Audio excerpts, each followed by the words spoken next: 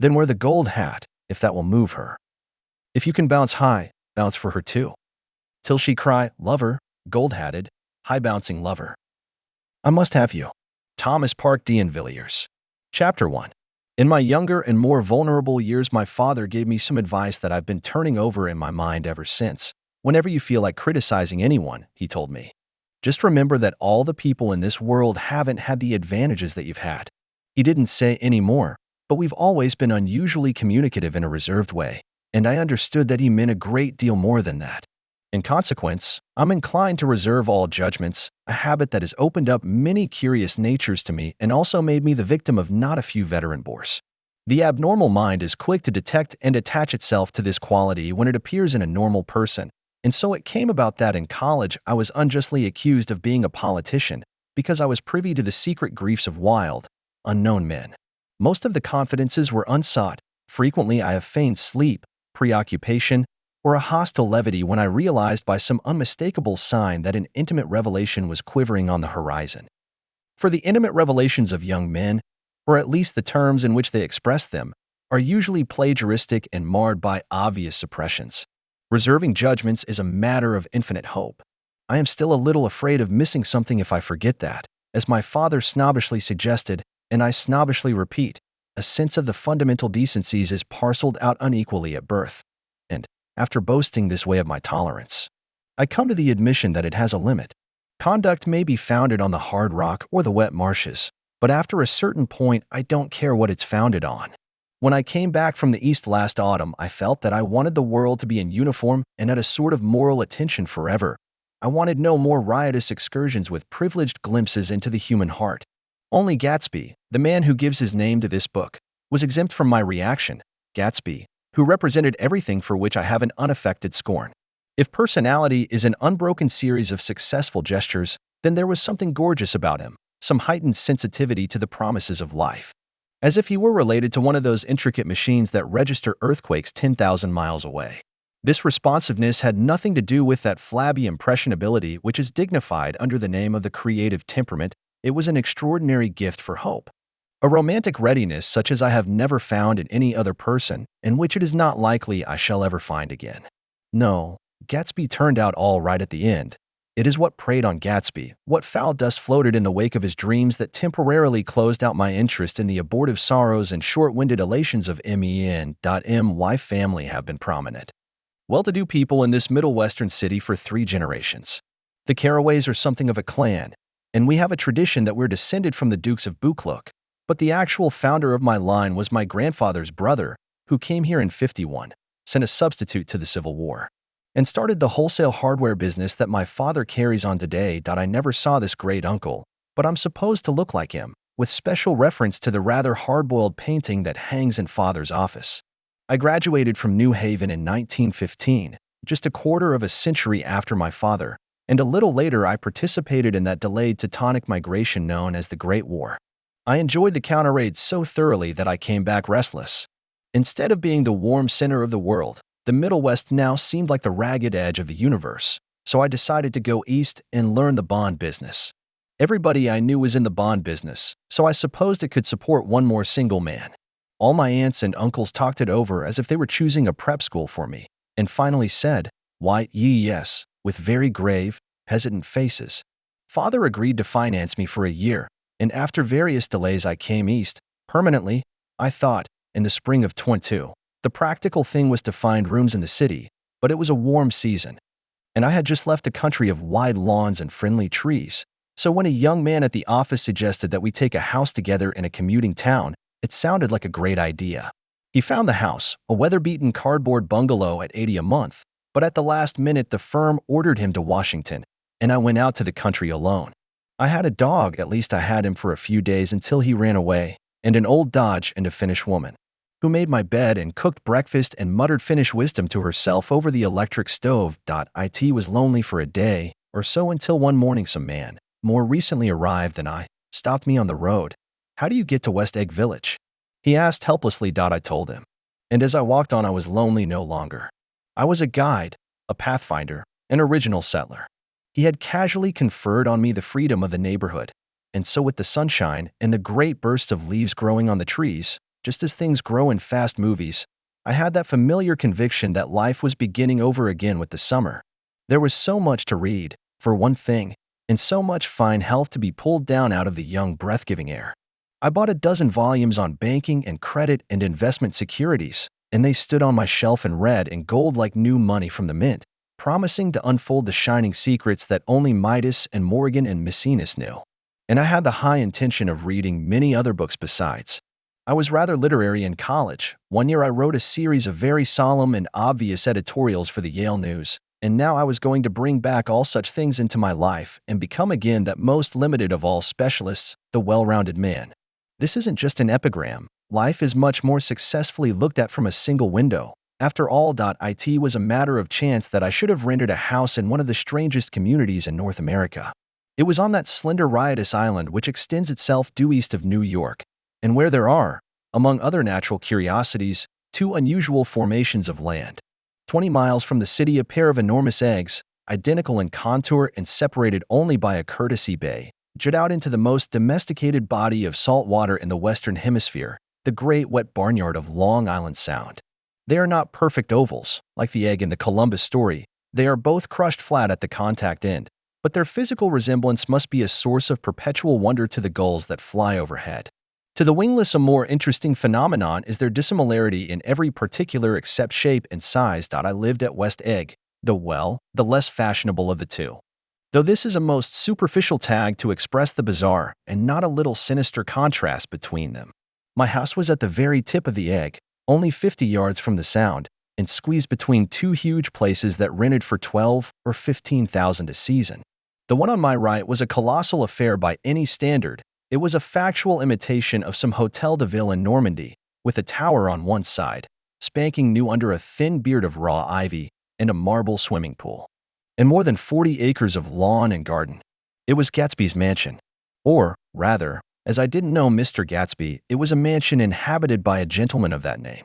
My own house was an eyesore, but it was a small eyesore, and it had been overlooked, so I had a view of the water, a partial view of my neighbor's lawn, and the consoling proximity of millionaires, all for $80 a month.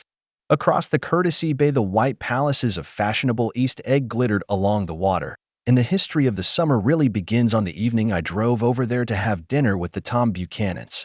Daisy was my second cousin once removed, and I'd known Tom in college.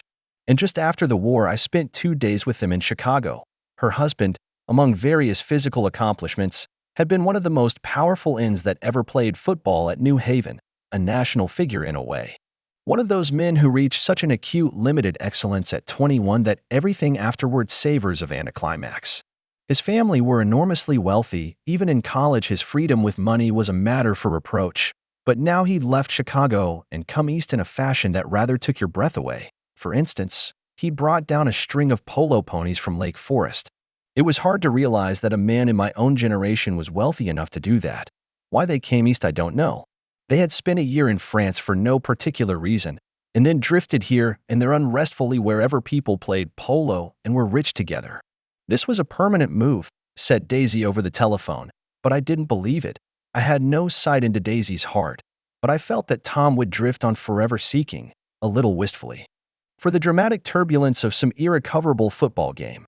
And so it happened that on a warm, windy evening I drove over to East Egg to see two old friends whom I scarcely knew at all. Their house was even more elaborate than I expected, a cheerful red and white Georgian colonial mansion, overlooking the bay. The lawn started at the beach and ran towards the front door for a quarter of a mile, jumping over sundials and brick walks and burning gardens. Finally, when it reached the house, drifting up the side in bright vines as though from the momentum of its run. The front was broken by a line of French windows, glowing now with reflected gold and wide open to the warm, windy afternoon, and Tom Buchanan in riding clothes was standing with his legs apart on the front porch. He had changed since his New Haven years. Now he was a sturdy, straw-haired man of 30, with a rather hard mouth and a supercilious manner. Two shining, arrogant eyes had established dominance over his face and gave him the appearance of always leaning aggressively forward. Not even the effeminate swank of his riding clothes could hide the enormous power of that body. He seemed to fill those glistening boots until he strained the top lacing, and you could see a great pack of muscle shifting when his shoulder moved under his thin coat. It was a body capable of enormous leverage, a cruel body. His speaking voice, A gruff, husky tenor added to the impression of fractiousness he conveyed. There was a touch of paternal contempt in it, even toward people he liked, and there were men at New Haven who had hated his guts. Now, don't think my opinion on these matters is final, he seemed to say, just because I'm stronger and more of a man than you are. We were in the same senior society, and while we were never intimate, I always had the impression that he approved of me and wanted me to like him with some harsh, defiant wistfulness of his own. We talked for a few minutes on the sunny porch. I've got a nice place here, he said, his eyes flashing about restlessly. Turning me around by one arm, he moved a broad flat hand along the front vista, including in its sweep a sunken Italian garden, a half-acre of deep, pungent roses, and a snub-nosed motorboat that bumped the tide offshore. It belonged to Domain, the oil man. He turned me around again, politely and abruptly. We'll go inside. We walked through a high hallway into a bright rosy-colored space, fragilely bound into the house by French windows at either end. The windows were ajar and gleaming white against the fresh grass outside that seemed to grow a little way into the house. A breeze blew through the room, blew curtains in at one end and out the other like pale flags, twisting them up toward the frosted wedding cake of the ceiling, and then rippled over the wine-colored rug, making a shadow on it as wind does on the sea. The only completely stationary object in the room was an enormous couch on which two young women were buoyed up as though upon an anchored balloon. They were both in white, and their dresses were rippling and fluttering as if they had just been blown back in after a short flight around the house. I must have stood for a few moments listening to the whip and snap of the curtains and the groan of a picture on the wall. Then there was a boom as Tom Buchanan shut the rear windows, and the caught wind died out about the room, and the curtains and the rugs and the two young women ballooned slowly to the floor. The younger of the two was a stranger to me. She was extended full length at her end of the divan, completely motionless, and with her chin raised a little, as if she were balancing something on it which was quite likely to fall. If she saw me out of the corner of her eyes, she gave no hint of it. Indeed, I was almost surprised into murmuring an apology for having disturbed her by coming in. The other girl, Daisy, made an attempt to rise. She leaned slightly forward with a conscientious expression. Then she laughed, an absurd, charming little laugh, and I laughed too and came forward into the room. I'm paralyzed with happiness. She laughed again, as if she said something very witty, and held my hand for a moment, looking up into my face, promising that there was no one in the world she so much wanted to see. That was a way she had. She hinted in a murmur that the surname of the balancing girl was Baker. I've heard it said that Daisy's murmur was only to make people lean toward her, an irrelevant criticism that made it no less charming. At any rate, Miss Baker's lips fluttered, she nodded at me almost imperceptibly, and then quickly tipped her head back again. The object she was balancing had obviously tottered a little and given her something of a fright. Again a sort of apology arose to my lips. Almost any exhibition of complete self-sufficiency draws a stunned tribute from me. I looked back at my cousin, who began to ask me questions in her low, thrilling voice. It was the kind of voice that the ear follows up and down, as if each speech is an arrangement of notes that will never be played again. Her face was sad and lovely with bright things in it, bright eyes and a bright passionate mouth, but there was an excitement in her voice that men who had cared for her found difficult to forget, a singing compulsion, a whispered, listen, a promise that she had done gay, exciting things just a while since, and that there were gay, exciting things hovering in the next hour. I told her how I had stopped off in Chicago for a day on my way east, and how a dozen people had sent their love through me. Do they miss me? She cried ecstatically. The whole town is desolate. All the cars have the left rear wheel painted black as a mourning wreath, and there's a persistent wail all night along the North Shore. How gorgeous. Let's go back, Tom. Tomorrow. Then she added irrelevantly, you ought to see the baby. I'd like to. She's asleep. She's 3 years old. Haven't you ever seen her? Never. Well, you ought to see her. She's Tom Buchanan, who had been hovering restlessly about the room, stopped and rested his hand on my shoulder. What you doing, Nick? I'm a bond man. Who with? I told him. Never heard of them, he remarked decisively. This annoyed me. You will? I answered shortly. You will if you stay in the East. Oh, I'll stay in the East. Don't you worry, he said, glancing at Daisy and then back at me, as if he were alert for something more. I'd be a goddamned fool to live anywhere else. At this point, Miss Baker said, absolutely, with such suddenness that I started. It was the first word she had uttered since I came into the room.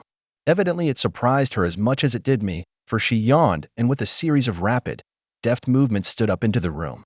I'm stiff, she complained. I've been lying on that sofa for as long as I can remember. Don't look at me, Daisy retorted. I've been trying to get you to New York all afternoon. No, thanks, said Miss Baker to the 4 cocktails just in from the pantry. I'm absolutely in training. Her host looked at her incredulously. You are. He took down his drink as if it were a drop in the bottom of a glass. How you ever get anything done is beyond me. I looked at Miss Baker, wondering what it was she got done. I enjoyed looking at her.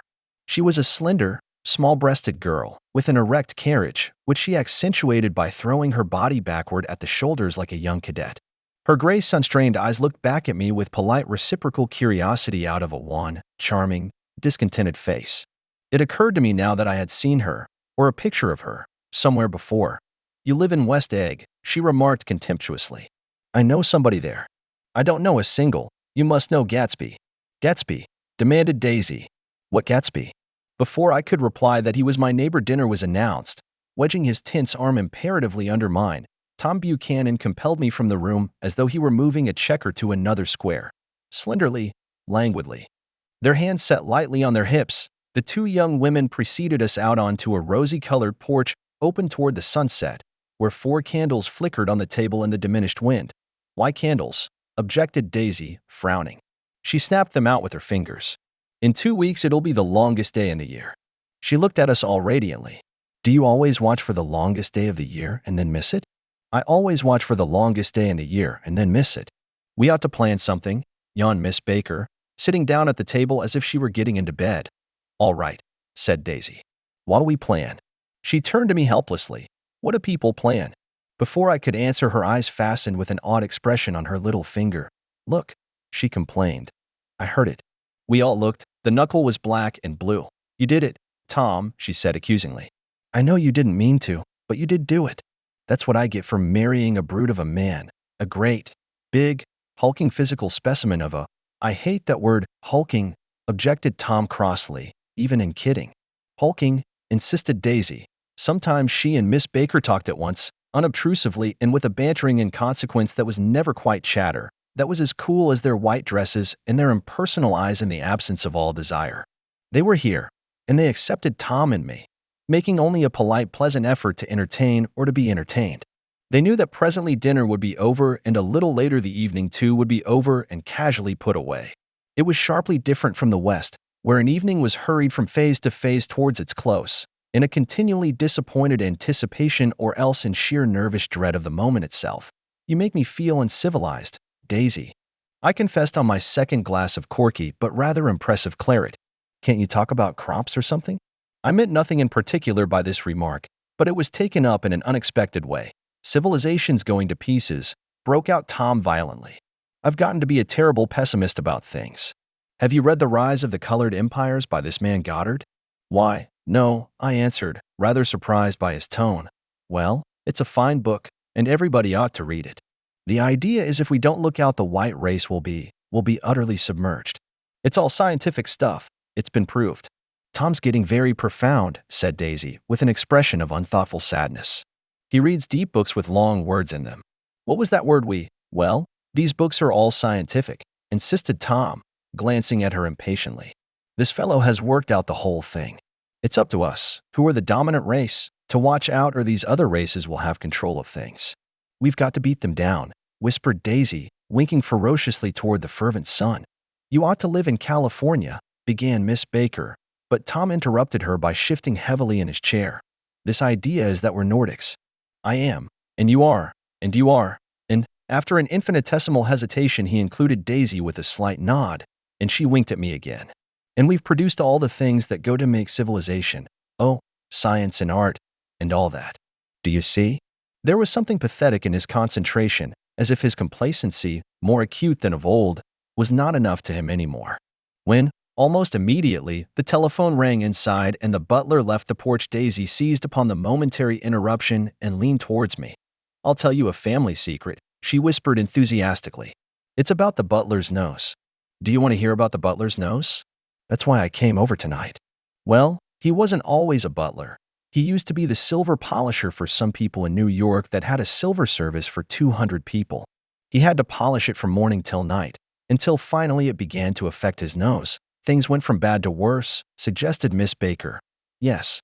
Things went from bad to worse, until finally he had to give up his position. For a moment the last sunshine fell with romantic affection upon her glowing face. Her voice compelled me forward breathlessly as I listened. Then the glow faded, each light deserting her with lingering regret, like children leaving a pleasant street at dusk. The butler came back and murmured something close to Tom's ear, whereupon Tom frowned, pushed back his chair, and without a word went inside. As if his absence quickened something within her, Daisy leaned forward again, her voice glowing and singing, "I love to see you at my table, Nick. You remind me of a rose, an absolute rose. Doesn't he?" She turned to Miss Baker for confirmation. An absolute rose? This was untrue. I am not even faintly like a rose. She was only extemporizing, but a stirring warmth flowed from her, as if her heart was trying to come out to you concealed in one of those breathless, thrilling words. Then suddenly she threw her napkin on the table and excused herself and went into the house. Miss Baker and I exchanged a short glance consciously devoid of meaning. I was about to speak when she sat up alertly and said, "SH," in a warning voice. A subdued impassioned murmur was audible in the room beyond, and Miss Baker leaned forward unashamed, trying to hear. The murmur trembled on the verge of coherence, sank down, mounted excitedly, and then ceased altogether. "This Mr. Gatsby you spoke of is my neighbor," I began. "Don't talk. I want to hear what happens." "Is something happening?" I inquired innocently. "You mean to say you don't know?" said Miss Baker, honestly surprised.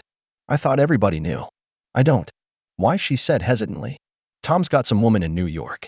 "Got some woman?" I repeated blankly. Miss Baker nodded. "She might have the decency not to telephone him at dinner time. Don't you think?" Almost before I had grasped her meaning, there was the flutter of a dress and the crunch of leather boots, and Tom and Daisy were back at the table. "It couldn't be helped," cried Daisy with tense gaiety. She sat down, glanced searchingly at Miss Baker and then at me, and continued, "I looked outdoors for a minute, and it's very romantic outdoors. There's a bird on the lawn that I think must be a nightingale come over on the Cunard or White Star line. He's singing away," her voice sang. "It's romantic, isn't it, Tom?" "Very romantic," he said, and then miserably to me, "If it's light enough after dinner, I want to take you down to the stables." The telephone rang inside, startlingly, and as Daisy shook her head decisively at Tom, the subject of the stables, in fact all subjects, vanished into air. Among the broken fragments of the last 5 minutes at table, I remember the candles being lit again, pointlessly, and I was conscious of wanting to look squarely at everyone, and yet to avoid all eyes. I couldn't guess what Daisy and Tom were thinking, but I doubt if even Miss Baker, who seemed to have mastered a certain hearty skepticism, was able utterly to put this fifth guest's shrill metallic urgency out of mind. To a certain temperament the situation might have seemed intriguing. My own instinct was to telephone immediately for the police. The horses, needless to say, were not mentioned again. Tom and Miss Baker, with several feet of twilight between them, strolled back into the library, as if to a vigil beside a perfectly tangible body, while, trying to look pleasantly interested and a little deaf, I followed Daisy around a chain of connecting verandas to the porch in front. In its deep gloom we sat down side by side on a wicker settee. Daisy took her face in her hands as if feeling its lovely shape, and her eyes moved gradually out into the velvet dusk. I saw that turbulent emotions possessed her, so I asked what I thought would be some sedative questions about her little girl. "We don't know each other very well, Nick," she said suddenly. "Even if we are cousins. You didn't come to my wedding. I wasn't back from the war." "That's true." She hesitated.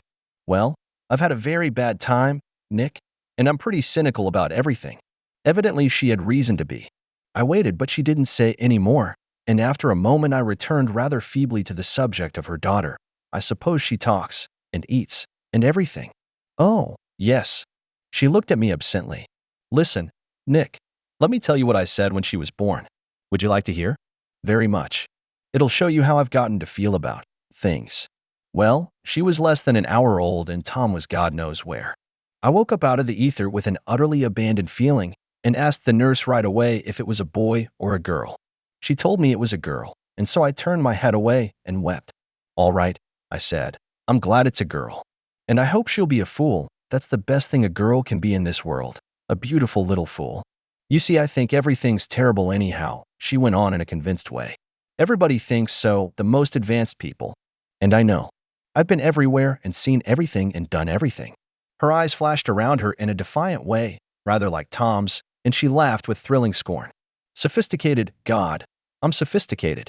The instant her voice broke off, ceasing to compel my attention, my belief, I felt the basic insincerity of what she had said. It made me uneasy, as though the whole evening had been a trick of some sort to exact a contributory emotion from me. I waited, and sure enough, in a moment she looked at me with an absolute smirk on her lovely face, as if she had asserted her membership in a rather distinguished secret society to which she and Tom belonged. Inside, the Crimson Room bloomed with light.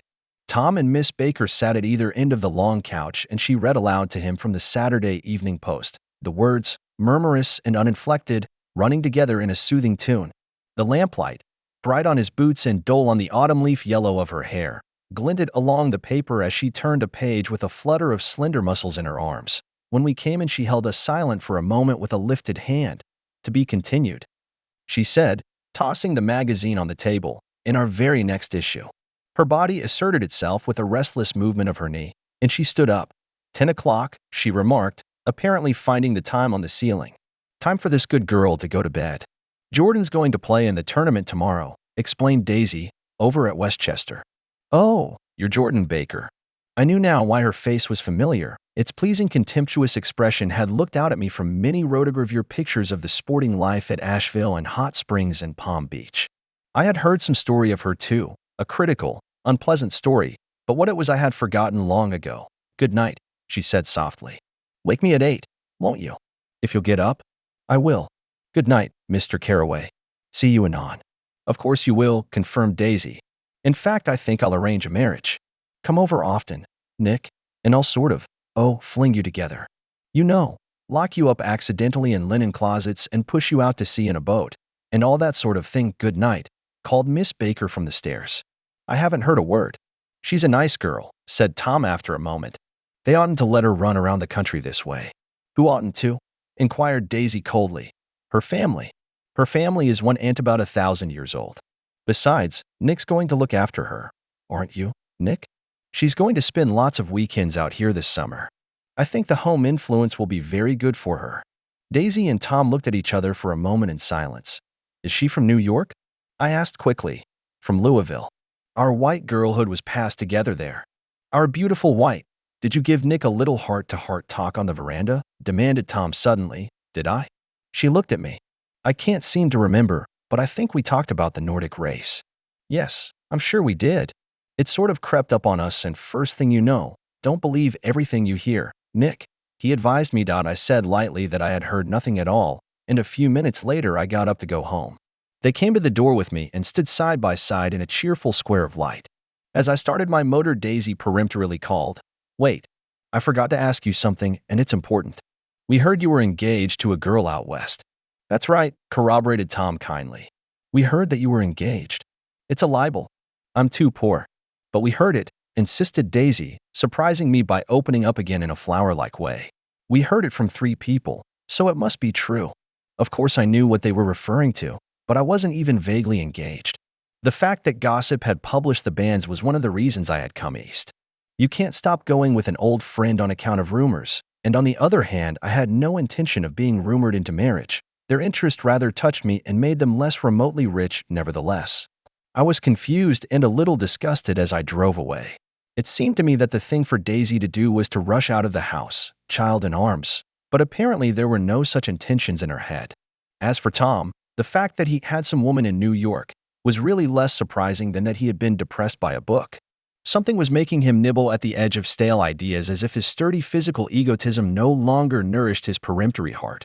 Already it was deep summer on roadhouse roofs and in front of wayside garages, where new red petrol pumps sat out in pools of light, and when I reached my estate at West Egg, I ran the car under its shed and sat for a while on an abandoned grass roller in the yard. The wind had blown off, leaving a loud, bright night, with wings beating in the trees and a persistent organ sound as the full bellows of the earth blew the frogs full of life.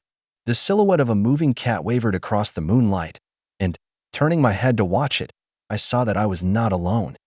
50 feet away, a figure had emerged from the shadow of my neighbor's mansion and was standing with his hands in his pockets regarding the silver pepper of the stars.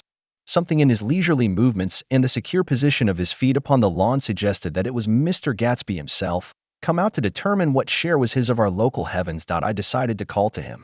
Miss Baker had mentioned him at dinner, and that would do for an introduction.